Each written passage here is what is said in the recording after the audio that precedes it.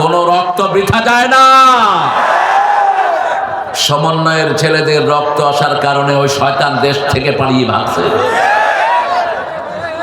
রক্ত আছে যেখানে শান্তি আসবে। রক্ত ঝরে যাদের জমিন হয় তাদের, যার রক্ত জমিনে ঝরেছে তারাই জমিনে নেতৃত্ব দিবে। সবচেয়ে বেশি ঝরেছে জামাত ইসলামীর রক্ত। এই জন্য সমন্বয়ের এরাও জামাতের লোক, ঠিক না ঠিক? শিবির আছে যেখানে জামাত আছে। তবে আমরা সবাই মিলে ইসলামী দল, আমরা সবাই এক দলে থাকবো। বিএনপি জামাত এরাই কোরবানি দিয়েছে, ঠিক কিনা? গত 17 বছর বিএনপি লোকেরা জেল খাটে নাই? ওদেরকে মারা হয় নাই?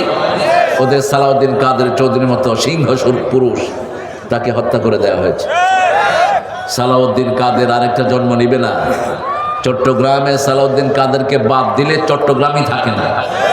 এত বড় মানুষ তিনি। আল্লাহ তাকে জান্নাতুল ফেরদাউস দান করে। আমরা আজকে যেহেতু মসজিদের মাহফিল, মসজিদের ব্যাপারে কথা বলবো, আল্লাহ তৌফিক দান করেন। প্রথম সূরা কোন সূরা বলেন তো? সূরা ফাতিহা। দ্বিতীয় সূরা বাকারাতে 114 নাম্বার থেকে আল্লাহ মসজিদের আলোচনা শুরু করেছেন। মসজিদের মধ্যে সবচেয়ে পুরান মসজিদ হলো কাবা। এই কাবাতে যারা যায় 1 লক্ষ রাকাতের সওয়াব 1 রাকাতে পেয়ে যায়। মসজিদে নববীতে 1000 সওয়াব পেয়ে যায়। কয় হাজার? 1000। বাইতুল মুকাদ্দাসে 500। আর আমাদের জুমা মসজিদ যেগুলো, এগুলোতে নামাজ পড়লে 1 রাকাতে 500 রাকাতের সওয়াব পেয়ে যাবেন। ওয়াক্তিয়া মসজিদ যেগুলো 1 রাকাতে 27 রাকাতের সওয়াব। কয় রাকাত? 27 রাকাতের সওয়াব। জামাত আছে যেখানে আমরা আছি। রাসূল কোনদিন জামাত ছাড়া নামাজ পড়েন নাই, আমরাও পড়বো। জামাত দেখলেই অন্য কাজ শেষ। আজান হলে আর কোনো কাজ করা যাবে না। কোথায় যেতে হবে? কার কথা? সূরা জুমায় আল্লাহ বলছেন, ইয়া আইয়ুহাল্লাযীনা আমানু ইযা নুদিয়া লিস-সালাতি মিন ইয়াউমিল জুমআহ ফাসআউ ইলা যিকরিল্লাহি ওয়া দারুল বাই'। যালিকুম খায়রুল লাকুম ইন কুনতুম তা'লামুন। ও মুমিনেরা, আমরা মুমিন। আমরা কি মুমিন? মুমিনেরা দল করবে কার কথা? আল্লাহর কথা। মাইয়াবতাগি গায়রাল ইসলামি দীনান ফালান ইউকবাল মিনহু ওয়া হুয়া ফিল আখিরাতি মিনাল খাসিরিন। কোন ব্যক্তি যদি ইসলাম ছাড়া কোন দল করে তার কিছুই কবুল হবে না। কিচ্ছু কবুল হবে না। কে বলছেন? ফালাই ইউকবাল মিনহু, কিচ্ছু কবুল হবে না। তার দুনিয়াও শেষ, আখিরাতও। এই ক্ষতি থেকে বাঁচার জন্য 4টা আমল। কয়টা? ওয়াল আসর। পড়েন, ওয়াল আসর ইন্নাল ইনসানা লাফি খুসর ইল্লাল্লাযীনা আমানু ওয়া আমিলুস সালিহাত ওয়া তাওয়াসাউ বিল হাক্কি ওয়া তাওয়াসাউ বিস। যখন এই সূরাটা প্রথম নাজিল হয়, মক্কাতে সাহাবায়ে কেরাম থাকা পর্যন্ত একজনের সাথে আরেকজনের দেখা হলে প্রথম সালাম, তারপরে ওয়াল আসর ইন্নাল ইনসানা লাফি খুসর। একজন আরেকজনকে পড়তেন এটা, আবার যাওয়ার সময় পড়তেন। এই 4টা কাজ আছে যেখানে জান্নাত আছে। এই 4টা কাজ নাই যেখানে জান্নাত নাই। আমরা ক্ষতির মধ্যে রাসূল বলছেন, ব্যাখ্যা দিচ্ছেন। তিরমিজির সহিহ বর্ণনা, রাসূল বলছেন, দুনিয়া মালউনা মালউনাতুন ওয়া মা ফিহা ইল্লা যিকরুল্লাহ আলিম ওয়া মুতাআল্লিম ওয়ালা ওয়ালা। লানত মানে হলো যার পর লানত পড়ে তার কিছুই কবুল হয় না, তার দুনিয়াও শেষ, আখিরাতও। দুনিয়ার উপরে লানত, দুনিয়ার ভিতরে যা কিছু আছে সব কিছুর উপর লানত, শুধু 4টা জিনিস ছাড়া। নামাজ দাও স্টেজ থেকে, গেট হিম আউট। কথা বললে নামাজ দিবা, যেই হোক। আমার কান কিন্তু খরগোশের কানের চেয়ে কড়া। আপনি কথা বলবেন, আপনি যেই হন, আমি কথা বলতে দেব না, কারণ আপনি তো আমাকে সময় দিয়েছেন কথা বলতে, আপনি বলে আমার ডিস্টার্ব করবেন কেন? বিগত সরকারের আমলে বহু এসপি ছিল বেয়াদব। পঞ্চগড়ের এক বেয়াদব এসপি আমার স্টেজে ফোন ধরেছিল, আমি তাকে বললাম আপনি ফোনটা অফ করেন। কয় আমি এসপি? আমি সব ব্লাডি হওয়া কিসের তুমি এসপি? এটা এসপির জায়গা না, নাম স্টেজ থেকে। কথা বলবে যে ও বেয়াদব, কারণ আমি কোরআন পড়ছি, আমি কারো বাপদাদার কিচ্ছা বলতেছি না। কোরআন পড়ার আদব আছে না নাই? আল্লাহ বলছেন যখন কোরআন পড়া হয় মনোযোগ দিয়ে শোনো, আত্মস্থ করো, তাহলে রহমত দিবেন কে? কথা বলা যায় না। যেমন নামাজে আমরা কি শুনি, জোরে বলেন, কোনো কথা বলা যায় না। কোরআন সবার জন্য নয়। উঠলা কেন এই ডাক্তার? তুমি আবার উঠলা কেন? আল্লাহ রাব্বুল আলামিন বলছেন, তোমরা যারা ইসলাম মানো না, তোমাদের দুনিয়াও শেষ, আখিরাতও শেষ। দুনিয়ার উপরে লানত, দুনিয়ার সব কিছুর উপরে লানত, মানুষের উপরেও লানত। শুধু 4টা জায়গা ছাড়া। কয়টা? প্রথম হলো জিক্রুল্লাহ। কার জিকির? আল্লাহর জিকির। আমরা নামাজ পড়েছি, এটা কার জিকির? আল্লাহর জিকির। আমরা এই যে আল্লাহু আকবার বলছি, কার জিকির? আল্লাহর জিকির। রাসূল বলছেন কোন আসরে কেউ বসলো একবারও আল্লাহর নাম উচ্চারিত হলো না, ওটা হলো মরা গাদার স্তূপ। মরা গাদার স্তূপ, যেন ওখান থেকে সে বেরিয়ে আসলো। মরা গাদা কেন বলা হলো? গাদার চেয়ে, মরা গাদার চেয়ে দুর্গন্ধ আর কিছুই। বেচো বেচো, এই ছোট আব্বু বেচো, কোনো সমস্যা নেই। এই বাদামগুলো নিবেন। এরা বাদাম বেচত না যদি হাসিনা চুরি না করতো। ওই দলের গুলি চুরি না করলে এই ছেলের হাতে বাদাম উঠতো না। এই শিক্ষা থাকতো, এই স্কুলে পড়তো এই ছেলে, ঠিক কিনা? শুধু এসালামের শয়তান চুরি করেছে 1,26,000 কোটি টাকা। দেশটাকে কি শূন্য করেছে। এরপরে আমাদের মাশাআল্লাহ আমাদের ওনারা মিলে মোট 22 লক্ষ কোটি টাকা দেশ থেকে বাইরে নিয়ে গেছে। তারপরে দেশে শান্তি আছে না নাই? এই তুমি খেদা দিচ্ছ কেন? না দিবে না, চুপে চাপে একটু বাদাম কিনে ওকে বিদায় করে দেয়। কয়টা আর প্যাকেট? আল্লাহ রাব্বুল আলামিন বলছেন দুনিয়ার সব কিছুর উপর লানত। আল্লাহর কথা, রাসূলের কথা, ঠিক না ঠিক? রাসূল নিজের থেকে কথা বলতেন না, কার থেকে বলতেন? আল্লাহ বলছেন ওয়া মা ইয়াতিকু আনিল হাওয়া ইন হুয়া ইল্লা ওয়াহয়ুন ইউহা। He never talks from his personal wings. নিজের মন থেকে কথা বলতেন না। যখনই ওহী আসতো কথা বলতেন রাহমাতাল লিল আলামিন। তিনি বলছেন আর দুনিয়া মালউনা, লানত থেকে বাঁচার জন্য প্রথম জিকির করতে হবে কার? আল্লাহ। 2 নম্বর আলেম হতে হবে, যেই আলেম কোরআন জানে। আপনারা নামাজ যারা জানেন তারা নামাজের আলেম, যারা যাকাত জানেন তারা যাকাতের আলেম, যারা সার্বিক বিষয় ইসলামের জানে তারা সার্বিক আলেম। প্রত্যেক মানুষের ইলম আছে। ওমর ফারুককে জিজ্ঞেস করা হলো মান হুমুল উলামা, আলেম কারা? তিনি বললেন ইয়ামালুনা মা ইয়ালামুন, যে যেটা জানে ওটার আমল যে করে সে ওটার আলেম। আলহামদুলিল্লাহ। নামাজ ফরজ কিন্তু পড়ে না, ও মাদ্রাসায় পড়লেও আলেম না, ঠিক যাবে ঠিক? বোরকা মেয়েদের সৌন্দর্য বাড়ায়, পর্দা আল্লাহ ফরজ করেছেন কিন্তু মেয়ে মানে না, ও মাদ্রাসায় পড়লেও কোনো লাভ নাই। সুদ হারাম কিন্তু খায়, মসজিদের ইমাম হলেও কোনো লাভ। মসজিদের ইমাম অবশ্য সুদ খায় না, হুজুরে তো কেউ দেয়ও না সুদ। বেতনই তো দেন না মিয়া, সুদ খাইবে করতে। সবচেয়ে কম বেতন কাদের? হ্যাঁ, কত খুশি দেখেন, এত সুন্দর হাসি, কোন ঘুষখোর দিতে পারে না, পুরাটাই ভিতরে সুন্দর। আলহামদুলিল্লাহ বলে। বেতন কম এটাও বলতেছে হাসি হাসি দিয়ে। আর ওরা অফিসে বসে লাখ লাখ টাকা ঘুষ খায়, চেহারা দেখলে মনে হয় জুতা দিয়ে পিটে। সালাম দিলে উত্তর হয় না, এরকম করে মাথা ঝোঁকায়, কয় কেমন আছো, সুবিধার না, তোর সুবিধা জীবনে হবেও না। আরাম করে আরাম নাই, হালাল আছে যেখানে আরাম আছে। মসজিদে গেলে আরাম, ঠিক না ঠিক? মসজিদে গেলে চোখে ঘুম আসে, কি সুন্দর শান্তি লাগে, কোনো চিন্তা নাই, শুধু একজনের কথা মনে ওঠে, তিনি কে?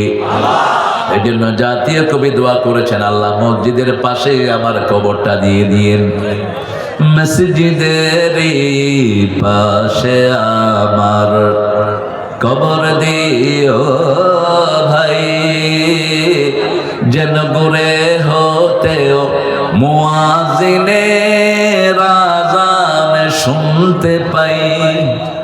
আমার গোরের পাশে দিয়ে ভাই নামাজিরা যাবে, পবিত্র সেই পায়ের ধ্বনি এ বান্দা শুনতে পাবে।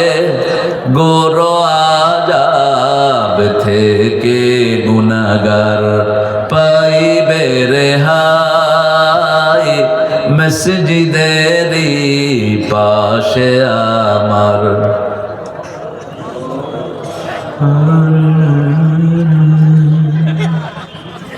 আপনারা খুব ভালো, আপনাদের শক্তি নেই। এই দোয়াটা আপনারা চান না? চান না আপনারা? আল্লাহ কবুল করুন। নজরুলের এখন কবর কোথায়? মসজিদের পাশে। কিসের পাশে? কোথায় চরুলিয়া জন্ম, কোথায় জন্ম আর কোথায় কবর। দোয়া কবুল করেছেন কে? সেজন্য চাইতে হবে কার কাছে? তাহলে প্রথম হলো আল্লাহর জিকির। একটা মুহূর্ত জিকির ছাড়া থাকবো না। উযকুরুল্লাহ ইযা নাসিব। সূরা কাহফের 23 নম্বর আয়াতে আল্লাহ বলছেন, যখনই ভুলে যাও, মনে করলে আল্লাহর নাম, আল্লাহ ভুলা সময়টা জিকির বানায়া দিবে। যেমন অনেকক্ষণ জিকির করেন নাই, হঠাৎ করে মনে পড়লো আরে অনেকক্ষণ জিকির করি নাই, এখন জিকির শুরু করার সাথে সাথে ওই যে ভুলেছিলেন ওই সময়টা জিকির লিখে দিবেন কে? আবার রাসূল সাল্লাল্লাহু আলাইহি ওয়াসাল্লাম বলছেন, যারা যৌবনে ইবাদত করে তারা বৃদ্ধ বয়সে যদি ইবাদত কোনটা না করতে পারে, বৃদ্ধতার কারণে যৌবনের ইবাদত তার আমলনামায় বোনাস হিসেবে দিয়ে দেয়া হবে। যেমন এখন 8 রাকাত নফল পড়ছেন, 12 রাকাত সুন্নত পড়ছেন, এরকম লোক আছে না নাই? 12 রাকাত সুন্নত পড়ছেন কিন্তু বয়স বাড়ার পরে পড়তে পারেন না। রাসূল বলছেন গায়রে মামনুন। ওই যে যৌবনে পড়েছেন, বাকি জীবন আল্লাহ সেই সওয়াবগুলো লিখে দিবে। আল্লাহ আমাদেরকে বেশি ইবাদত করার তৌফিক দান করেন। দুটা জিনিসের জন্য প্রতিযোগিতা হবে। কয়টা? দুটা জিনিস, মাগফিরাত আর জান্নাত। টাকা পয়সার জন্য নয়, এমপিগিরি মন্ত্রীগিরির জন্য নয়, মেম্বারশিপের জন্য নয়। আল্লাহ বলছেন সারিউ ইলা মাগফিরাতিন মির রাব্বিকুম ওয়া জান্নাতিন আরদুহাস সামাওয়াতু ওয়াল আরদ উইদ্দাত লিল মুত্তাকিন। ও মুমিনেরা, প্রতিযোগিতা করো, সারিউ ইলা মাগফিরাহ। কে আল্লাহর কাছে ক্ষমা নিবা?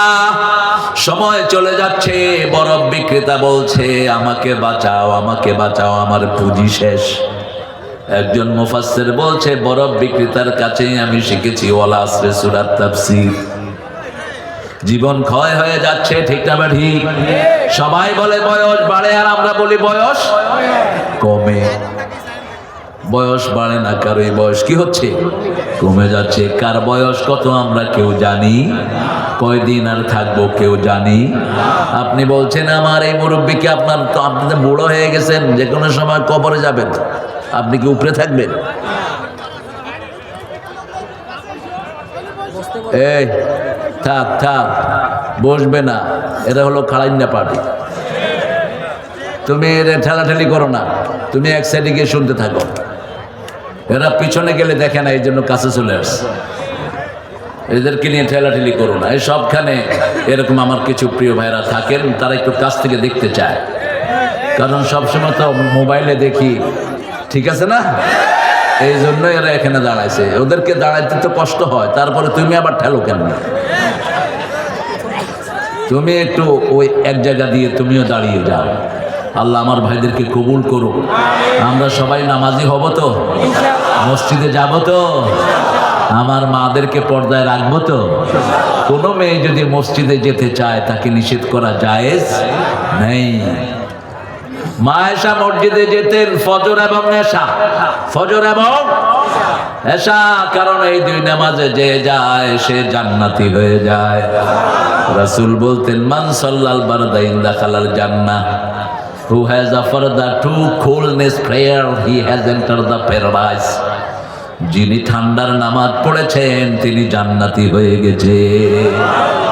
যত ঠান্ডা বেশি তত সওয়াব বেশি। ওযু যখন করেন হাতের গুনাহগুলো মাফ করে দেন কে? মুখ যখন ধোন মুখের গুনাহ মাফ করে দেন কে?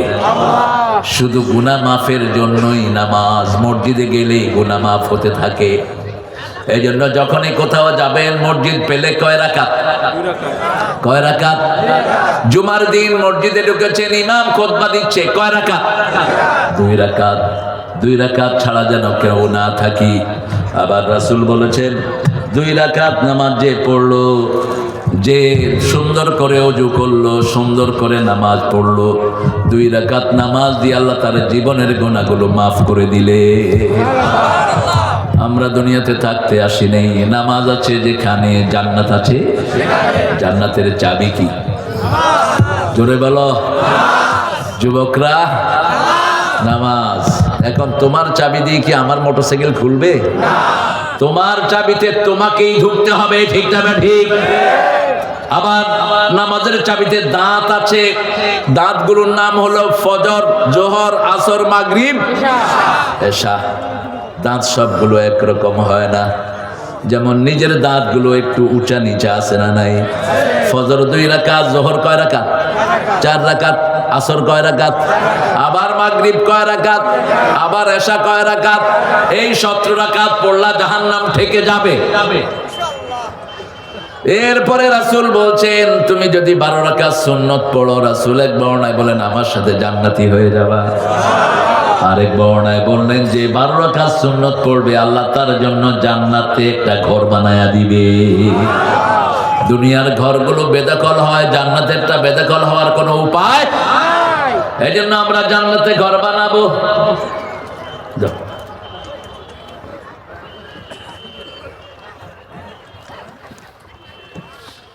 আমরা জান্নাতে যেতে চাই তো, চান তো? একজন হিন্দু ভাইও জান্নাতে যেতে চায়, ঠিক কি না? আপনি জিজ্ঞেস করবেন ভাই আপনার আব্বা কোথায়? মারা গেছে, বেহেশতে আছে। কয় যে স্বর্গে আছে। কইলাম তুই জানলি কেমনি স্বর্গে আছে? কয় আমি আশা করি আমার বাপ কোথায় থাকুক। এটা প্রত্যেক ছেলে আশা করে, প্রত্যেক ছেলে আশা করে, প্রত্যেক সন্তান চায় তার আব্বা আম্মা ভালো থাকুক, ঠিক না ঠিক? যেমন পিতামাতা চায় সন্তান যেন ভালো থাকে, তেমনি সন্তানেরা চায় পিতামাতা যেন ভালো থাকে। আল্লাহ বলছেন জান্নাতে যাওয়ার কাজ হলো 2টি। কয়টি? 2টি। ইন্নাল্লাযীনা আমানু ওয়া আমিলুস সালিহাতি কানাত লাহুম জান্নাতুল ফিরদাউসি নুজুলা খালিদিনা ফিহা লা ইয়াবগুনা আনহা হিওয়ালা। আল্লাহ বলছেন নিশ্চয়ই যারা ঈমান এনে আমলে সালেহ করবে আমি তাদেরকে জান্নাতুল ফিরদাউস দিয়ে দেব।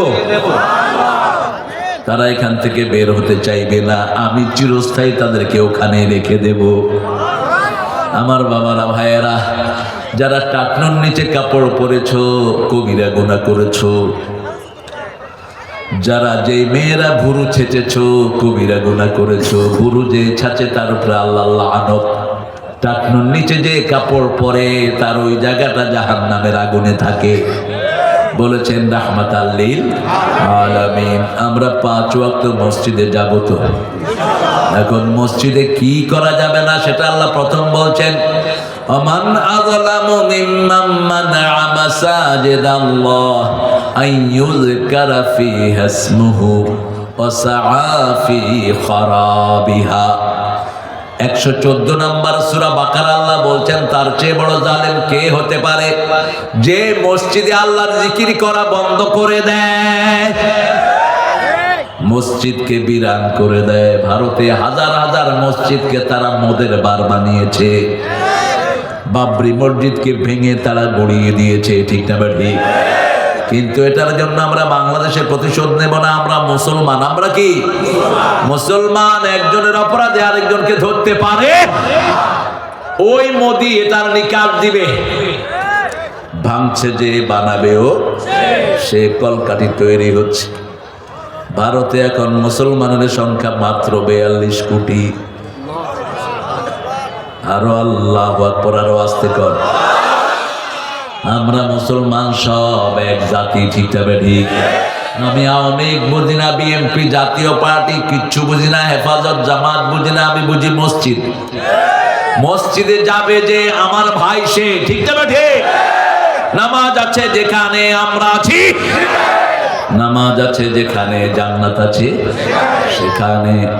এখন আল্লাহ বলছেন এই মসজিদে কাউকে জিকির থেকে নিষেধ করো না। আমরা লাগিয়ে রাখি লাল বাতি চলাকালীন নামাজ পড়া নিষেধ, এই কথাটাই নিষেধ। আমরা তো জিকিরের জন্য বন্ধ করে দিচ্ছি। আপনি বলছেন লাল বাতি জ্বলাকালীন নামাজ পড়া যাবে না, কেন?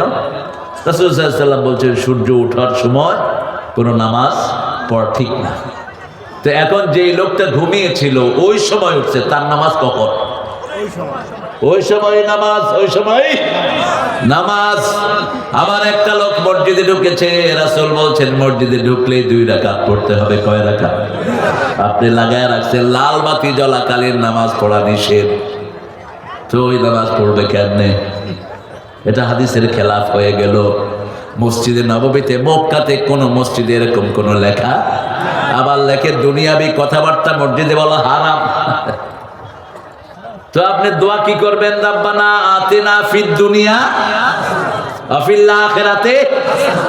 দোয়া কি করবেন? দোয়া থেকে দুনিয়া বাদ দিবেন? কি আজগবি কথা লেখেন। দুনিয়া কন্ট্রোল হবে মসজিদ দিয়ে, ঠিক না ঠিক?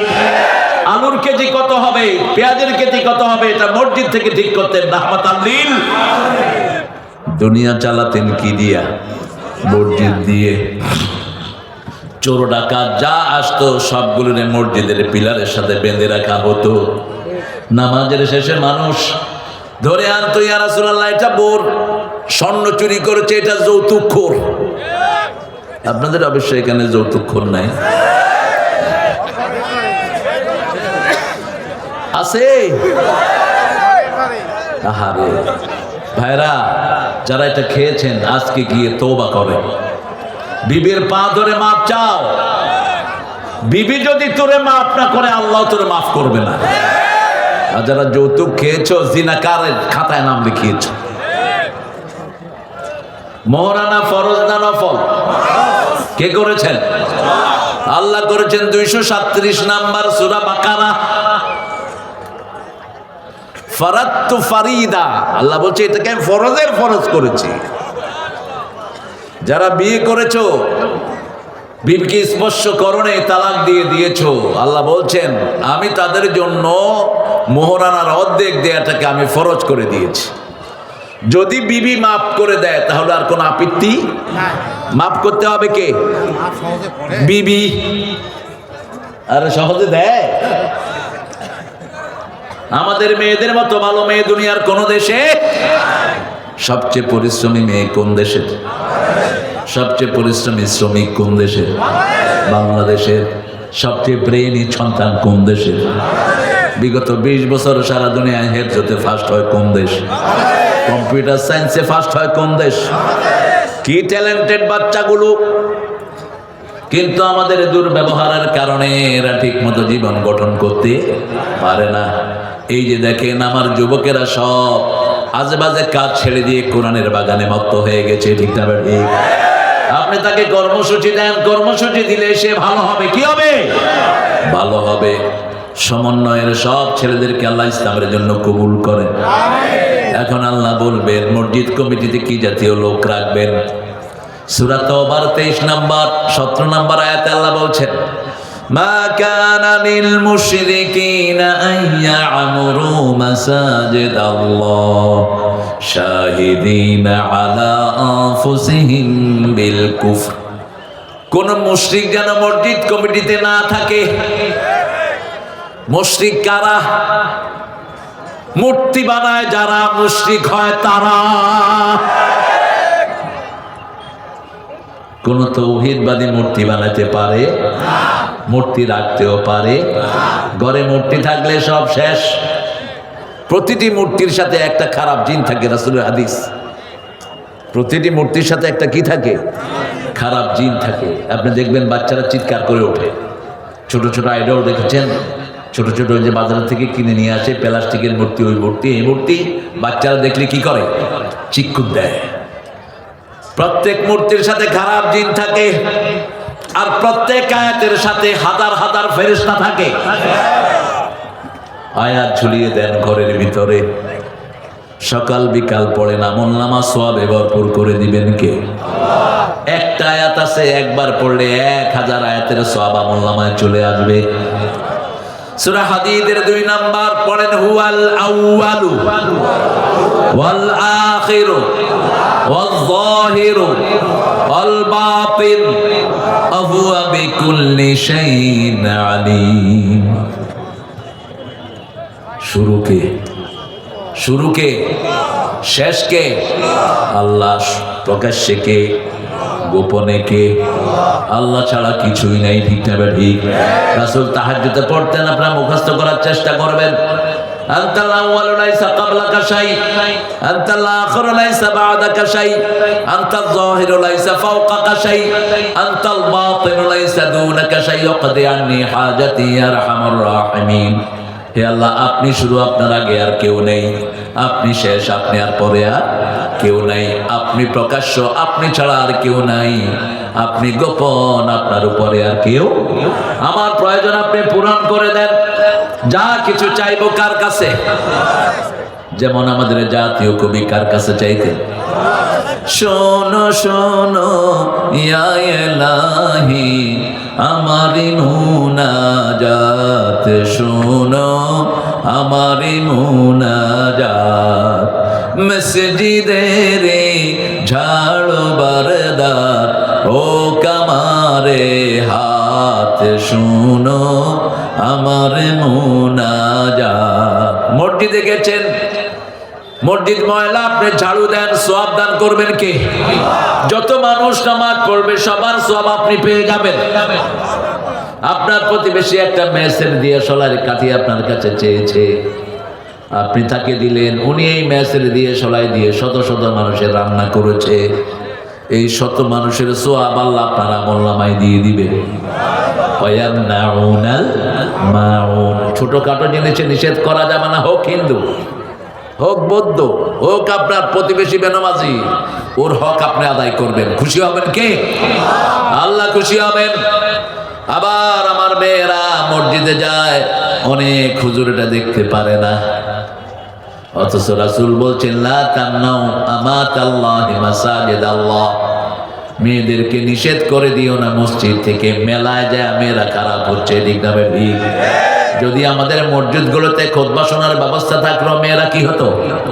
ভালো হতো। বাইতুল মুকাররমে ব্যবস্থা আছে না নাই? সারা পৃথিবীতে আছে ব্যবস্থা, সারা পৃথিবী, শুধু বাংলাদেশের গ্রামগুলোতে নেই। আমরা আমাদের মায়েদেরকে কোরআনের মাহফিলে নিয়ে যাব, কারণ সূরা নিসার 34 নম্বর আয়াতে আল্লাহ বলছেন, মেয়ে যদি বেয়াড়া হয়, মেয়ে যদি শুধু টিকটক করে। আপনাদের এখানে অবশ্য টিকটকের মেয়ে নেই। এখন তো রাস্তায় দেখি যে আজকে আসার সময় রাস্তায় টিকটক করতেছে পোলাপা। এরপরে পাশে দেখি যে ওনার ডার্লিংও আছে। মানুষের চরিত্র কতটা অধপতিত হয়েছে। আজকে কলেজগুলোতে ছেলে মেয়ে হাতে হাত ধরে হাঁটে, জিজ্ঞাসা করলে কয় আমার গার্লফ্রেন্ড। রাসূল বলছেন কিয়ামতের আগে 3টা জিনিস মানুষ হালাল করে নেবে। কয়টা? তখন ওদের জন্য ভূমিকম্প আসবে, রাতের বেলায় শুইবে ওরা, বান্দরের চেহারা হয়ে উঠবে। আল হিররা ওয়াল হারিরা ওয়াল মাআজিফ, এরা হালাল করে নেবে বিবাহ বহির্ভূত সম্পর্ক। বিবাহ হয়নি, একটা মেয়ের হাতে তুমি হাত কিভাবে লাগাও? রাসূল বলছেন সাল্লাল্লাহু, যে কোনো বেগানা মেয়ের গায়ে হাত লাগালো, মাথায় হাতুড়ি দিয়ে তার কাটা বিড়ালে যেরকম ক্ষতি হয়, তার ঈমান এরকম ক্ষতিগ্রস্ত হয়ে গেল। আপনার মাথায় যদি তার কাটা হাতুড়ি দিয়ে পিটানো হয়, থাকবেন আপনি? কথা কন না কেন?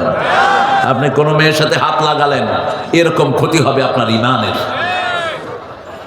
রাসূল সাল্লাল্লাহু আলাইহি ওয়াসাল্লাম বলছেন, তুমি যখন তোমার বিবির সাথে হাত লাগাবা, হাতের গুনাহগুলো আল্লাহ মাফ করে দিবেন। বিবির চোখে যখন চোখ রাখবা, চোখের গুনাহগুলো মাফ করে দিবেন কে? রাসূল রাস্তা দিয়ে হাঁটছেন, suddenly he has seen one woman, disbeliever। আমাদের হিন্দুবাদের উপর তো ওদের পর্দা ফরজ নাই, কিন্তু ওদের কিতাবগুলোতেও ঢেকে চলার নিয়ম বর্ণনা করা হয়েছে। যেমন খ্রিস্টানদের বাইবেলেও পর্দার কথা আছে, আমাদের কোরআনে বোধহয় নাই। কি কথা?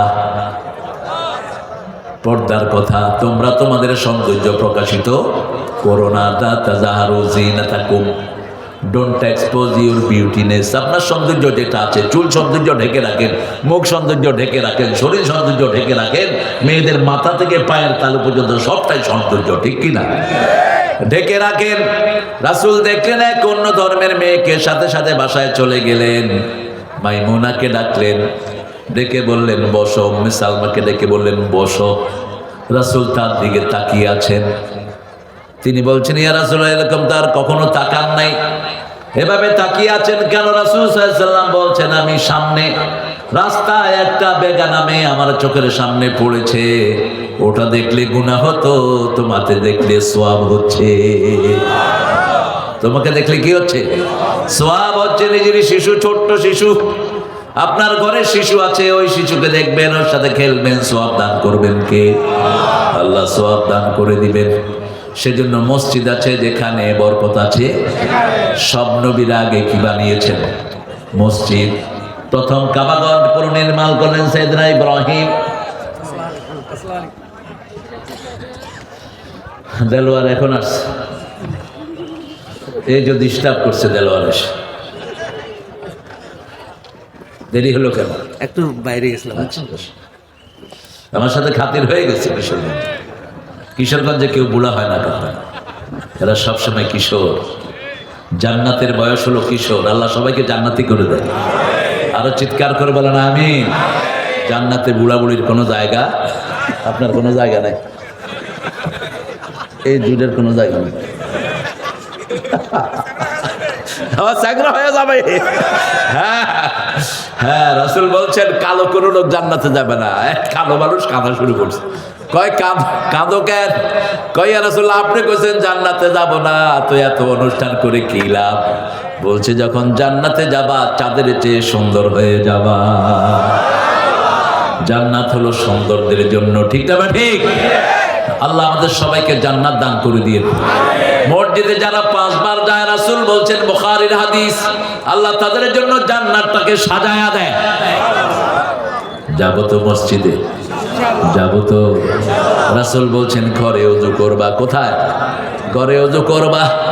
ওযু করে যখন ঘর থেকে একটা কদম নিচে দিবা, সাথে সাথে জীবনের গুনাহগুলো মাফ হয়ে যাবে।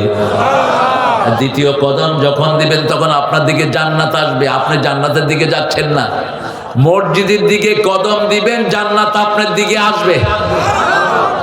আরো আস্তে কর সুবহানাল্লাহ। এক রাস্তায় যাবেন, আরেক রাস্তায় আসবেন। দুই সাইডের মানুষের খবর নিতে নিতে যেতেন রাহমাতাল লিল। কে খেয়ে আছে, কে না খেয়ে আছে, এদের খবর নিতেন। আমাদের দেশে অনেক দরিদ্র মানুষ আছে, বুক ফাটে তো মুখ ফাটে না। এদেরকে খুঁজে খুঁজে পয়সা দিবেন, খুশি হবেন কে? আপনার আত্মীয় যদি হয়, এদেরকে প্রথম টার্গেট করেন। সূরা বাকারার 177। লাইসাল বিররা আন তুওয়াল্লু উজুহাকুম কিবালাল মাশরিকি ওয়াল মাগরিব ওয়ালাকিন্নাল বিররা মান আমানা বিল্লাহ ওয়াল ইয়াউমিল আখির। বলে আল্লাহ বলছেন, আতাল মাল আলা হুব্বিহি যাবিল কুরবা। আল্লাহর ভালোবাসায় সম্পত্তি দিতে হবে নিকটাত্মীয়কে। তালহা রাদিয়াল্লাহু আনহু এসেছেন, রাসূলকে ওনার বাগান দিয়ে দিবেন। যখন আয়াত নাজিল হলো, লান তানালুল বিররা হাত্তা তুনফিকু মিম্মা তুহিব্বুন। তালহা রাদিয়াল্লাহু আনহুর বাগান ছিল এখন যেটা মসজিদে নববী, অনেক বড় বাগান, দামি বাগান। রাসূল প্রায় ঢুকে এখানে পানি খেতেন আর মিষ্টি খেজুর খেতেন। কষ্ট হচ্ছে আপনাদের? শুনছেন তো? হ্যাঁ। রাসূল সাল্লাল্লাহু আলাইহি সাল্লাম কেড়ে দিচ্ছেন, ইয়া রাসূলুল্লাহ এই বাগান আল্লাহর রাস্তায় দিয়ে দিলাম, কারণ আল্লাহ বলছেন সবচেয়ে ভালোবাসার জিনিস যতক্ষণ দিবে না ততক্ষণ তোমাদের সওয়াব হবে। এটাকে আমি ভালোবাসি এই বাগানকে। রাসূল বললেন শোনো, আমাকে দিয়েছো আমি খুশি, কিন্তু তোমার নিকট আত্মীয়কে দাও, তাহলে আল্লাহ তোমার হায়াত বাড়ায়া দিবে। তোমার নিকট আত্মীয়কে দাও, তাহলে ডাবল সওয়াব তোমাকে দান করে দিবেন কে? এক সাহাবী রাসূলের কাছে এসে বলছেন, ইয়া রাসূলুল্লাহ আপনি দোয়া করেন আমার যেন হায়াত বেড়ে যায়। রাসূল বললেন পিতামাতার খেদমত করো, হায়াত বাড়িয়ে দিবেন কে? নিকট আত্মীয়কে সহযোগিতা করো, হায়াত বাড়িয়ে দিবেন কে? আপনার নিকট আত্মীয় যদি না খেয়ে থাকে আপনি জান্নাতে যেতে পারবেন না। সেলাই রেহমে যারা কর্তন করে, যারা নিকট আত্মীয়র সম্পর্ক ছিন্ন করে, এরা জান্নাতে যেতে রেহেম। রেহেম মানে মায়ের যেখানে বাচ্চাটা থাকে, এটার নাম কি? রেহেম। এটাকে ইংলিশে বলা হয় উম। এখানে থাকে যারা, এরা হয় উম্মি, অর্থাৎ হি হ্যাজন্ট গট এনি লিটারেসি, যার কোনো শিক্ষা নাই, অর্থাৎ যিনি অক্ষর জ্ঞান জান না তিনি কি? উম্মি। আমাদের রাসূল কি ছিলেন? উম্মি ছিলেন, অক্ষর চিনতেন না কিন্তু জ্ঞানের সাগর। ঠিক না ঠিক? নিজের নামটা নিজে লিখতে পারতেন না, থেকে উম্মি। আবার আম্মাকে আরবিতে কি বলা হয়? উম্মুন। উম্মুন, উম্মি মানে আমার মা, উম্মি মানে আমার মা, ওটাকে বলা হয় রেহান। আল্লাহ বলছেন ইত্তাকুল্লাহ আল্লাযী তাসাআলুনা বিহি ওয়াল আরহাম ইন্নাল্লাহা কানা আলাইকুম রাকীবা। ওই রেহেম সম্পর্কে তুমি আল্লাহকে ভয় করো। তোমরা একে পাঁচজন, পাঁচটা ভাই এক মায়ের পেটে ছিলে, ওর খবর তুমি রাখো, ওকে আদর করো, ওকে খাওয়া দাও। আবার বাপ মা অনেক আছে, এক সন্তানের সম্পত্তিতে আরেকটারে দেয় না, এই বাপ মা হবে জাহান্নামী। রাসূল বলেছেন বহু পিতামাতা দুনিয়াতে থাকতে জাহান্নাম ঠিক করে আসে। সাহাবায়ে কেরাম বললেন কোন পিতামাতা ইয়া রাসূলুল্লাহ? রাসূল সাল্লাল্লাহু আলাইহি ওয়াসাল্লাম বলছেন এক ছেলেকে 10 বিঘা দেয়, আরেক ছেলেকে মোটেও দেয় না। এক মেয়েকে দেয়, আরেক মেয়েকে মোটেও দেয় না। আছে না এরকম বাপ মা? আছে না? কিসের তোর হজ, কিসের তোর যাকাত? তোরে পিটায় আল্লাহ জাহান্নামে ঢুকায় দেবে। ইয়াকুব আলাইহিস সালামের 11টা সন্তান, 12টা সন্তান, কয়টা? 11 ভাই মিলে এক ভাইকে কোথায় ফেলেছে? 10 ভাই মিলে এক ভাইকে কূপের ভিতরে ফেলেছে। একটাকেও তিনি ত্যায্য করেন নাই, একটাকেও ত্যায্য করেন নাই। থাক বাবারা, মাশাআল্লাহ অনেক সুন্দর। বাদাম বিক্রি হলে ওরা কি খুশি হয় দেখেন। আরে আল্লাহ এদেরকে আপনি সবসময় খুশি রাখেন, এদের সব দুঃখ আপনি দূর করে দেন। দোয়া করেন আমরা ডানপন্থীরা যদি আসতে পারি, এদের মুখে আমরা হাসি ফুটাবো, আমরা মাদ্রাসাগুলো করে দেব। ঠিক না ভাই? আমাদের টাকাগুলো কুত্তায় খায় ফেলেছে।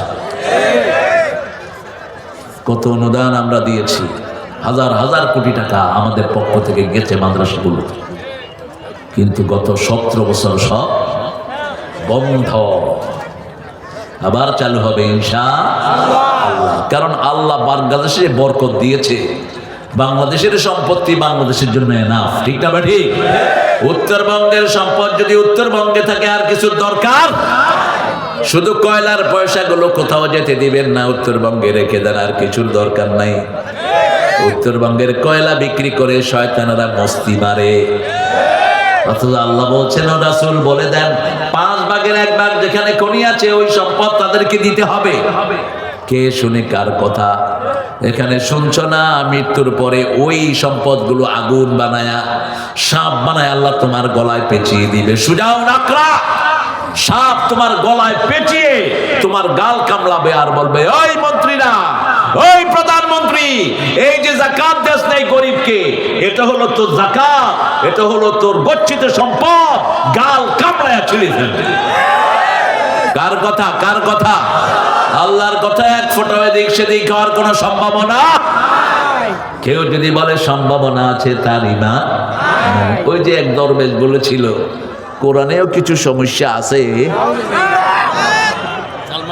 দেখছেন অবস্থা।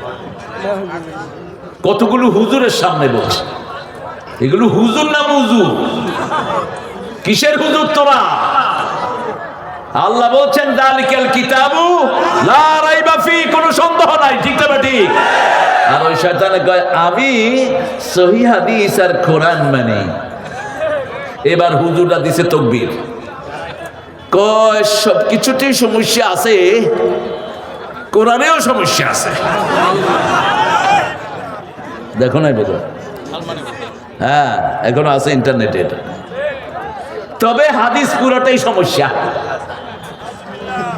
কত বড় ছাগল আল্লাহ দেখা দিয়েছে, তুই যে কত বড় সমস্যা।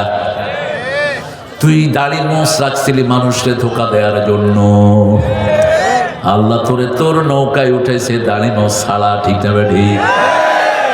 কয় নূহের নৌকা না, এটা হলো শয়তানের নৌকা। আল্লাহ আমাদেরকে হেফাজত করে। আরো জোরে বলেন আমিন। মসজিদে যাবেন তো 5 ওয়াক্ত? সবচেয়ে বেশি যাবেন কোন নামাজে? কোন নামাজ যাবেন তো? আল্লাহ তুমি কবুল করো। যারা ফজরে বেশি যায় এরা মুনাফিক না, যারা ফজর আর এশাতে যায় এদের মুনাফিকি আচরণ নাই। রাসূল বলছেন আসকালুস সালাতিল মুনাফিকিন, মুনাফিকের জন্য প্রথম সবচেয়ে ভারী নামাজ হলো ফজর আর এশা। কারণ এখানে মানুষকে দেখানোর কিছুই থাকে না, একটু অন্ধকার। আর মুনাফিক সবচেয়ে খুশি হয় জুমার নামাজে গিয়া। এই সাপ আইছে, সাপের ডাস্টবিনে নিয়ে ফেলায় দেয়। বাকি 5 ওয়াক্তের খবর কই? জুমা বোনাস হলো যারা 5 ওয়াক্ত পড়ে তাদের জন্য, ঠিক না ঠিক? তোমার 5 ওয়াক্ত নাই, তোমার বোনাসও নাই, তোমার পিঠে কি মাইর। আগে 5 ওয়াক্ত রেগুলার করো। আমরা আল্লাহকে বললাম আল্লাহ মসজিদে গেলে আর কি পাওয়া যায়? আল্লাহ বলছেন নবী বলে দাও মসজিদ যারা আবাদ করে তাদের জন্যই দুনিয়া টিকে আছে। মসজিদে যাবে যারা তাদের জন্য দুনিয়া রক্ষা হবে। 2 ব্যক্তির কারণে দুনিয়াকে আল্লাহ ধ্বংস করে দেন না।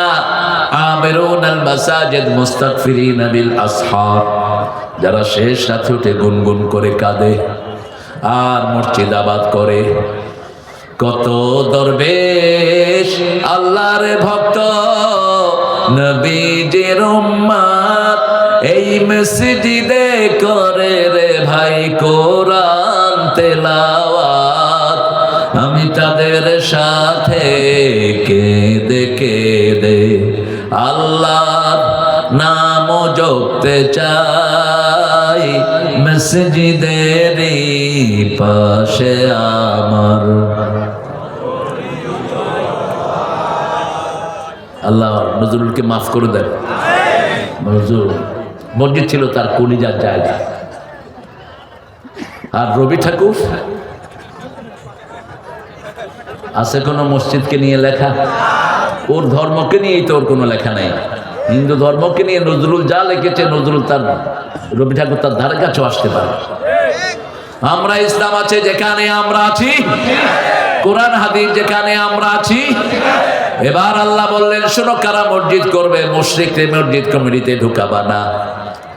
গলায় তাবিজ যারা বাঁধে তারা মুশরিক, তাবিজ খুলে ফেলে দিবা। তাবিজ আছে আল্লাহর কোন রহমত তুমি পাবা না। উকিলাইলেই রাসূল বলছেন তার উপর, তাবিজের উপর তাকে নির্ভর করে দেয়া হয়, তার রোগ ব্যাধি কিচ্ছু ভালো হয় না। কোরআন দিয়ে ফু দিয়েও রোগ ভালো করে দিবেন কে? এই ফু পৃথিবীর সর্বশ্রেষ্ঠ ফু হলো মায়ের ফু। কার ফু? মাকে বলবা মা কুল হুয়াল্লাহ পড়ে একটু হাত বুলাইয়া দেন, দেখবেন রোগ ভালো হয়ে গেছে। আব্বাকে বলবেন আব্বা সূরা ফাতিহা পড়ে একটু পানি ফু দিয়ে দেন, আপনার রোগ ভালো। তবে যদি কোনো অভাব থাকে সেটা আপনি ওষুধ খেয়ে পূরণ করে নেবেন। লেকুল্লি দাইন দাওয়াউন, ইসলাম বলছে সব রোগের ওষুধ আছে না নাই? যেমন আপনি রাতে ঘুমান না, আপনার লিভার সমস্যা শুরু হবে, আপনি ঘুমাতে হবে। আপনি লিভারের যে খাওয়াগুলো খান না, এগুলো না খেলে লিভার আপনাকে বিরক্ত করবে। আপনি পেঁপে খান না, আপনি পাতাকপি খান না, আপনি সবুজ শাকসবজিগুলো খান না, আপনি খান না রসুন, আপনি খান না আদা, এগুলো খান না, আপনার লিভার আস্তে আস্তে বিদ্রোহ করবে। যেমন কাপড় ময়লা হলে কি করতে হয়? ধুইতে হয়। ঠিক তেমনি ভাবে শরীরে যেটার অভাব হয় ওটা বাহির থেকে দিতে হয়। চূড়ান্ত ভাবে আপনার শরীর ভালো হয়ে যাবে যখনই কোরআন তেলাওয়াত করবেন। ভালো করে দিবেন কে? প্রত্যেক দিন কোরআন পড়বো, ফজরে একটু বেশি পড়বো।